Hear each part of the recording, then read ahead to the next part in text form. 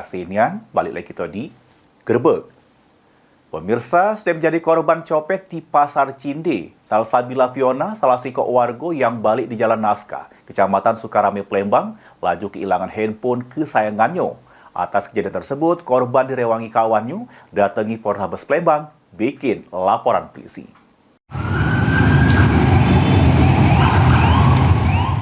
Malang yang dialami Salsabila Fiona, salah siko warga yang balik di Jalan Naskah, Kecamatan Sukarame, Palembang, sudah kehilangan handphone kesayangannya. Atas kejadian tersebut, korban direwangi kawannya, laju datangi Polrestabes Palembang, bikin laporan polisi. Dari keterangan korban, kejadiannya bermula korban yang sedang berjalan sama kawannya di Jalan Cindewelan, Kecamatan Bukit Kecil, Palembang, tepatnya Pasar Cinde. Korban dewek sama kawannya sedang nak belanja baju di lokasi kejadian. Pas korban lagi nyari baju, terus nak ngembek HP.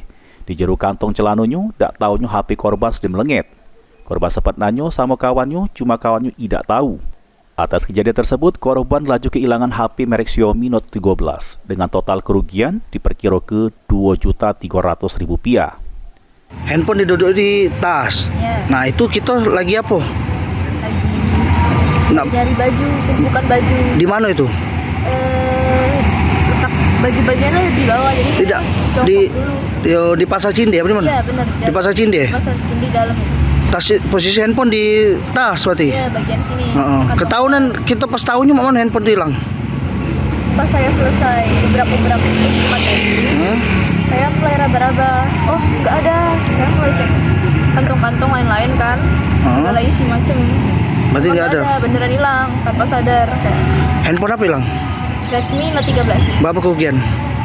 2.300.000-an gitu. Mbak Edi, laporan korban sudah diterima pihak kepolisian, terus bakal tindak lanjut oleh petugas Satreskrim Polrestabes Palembang. Suryadi, PAL TV.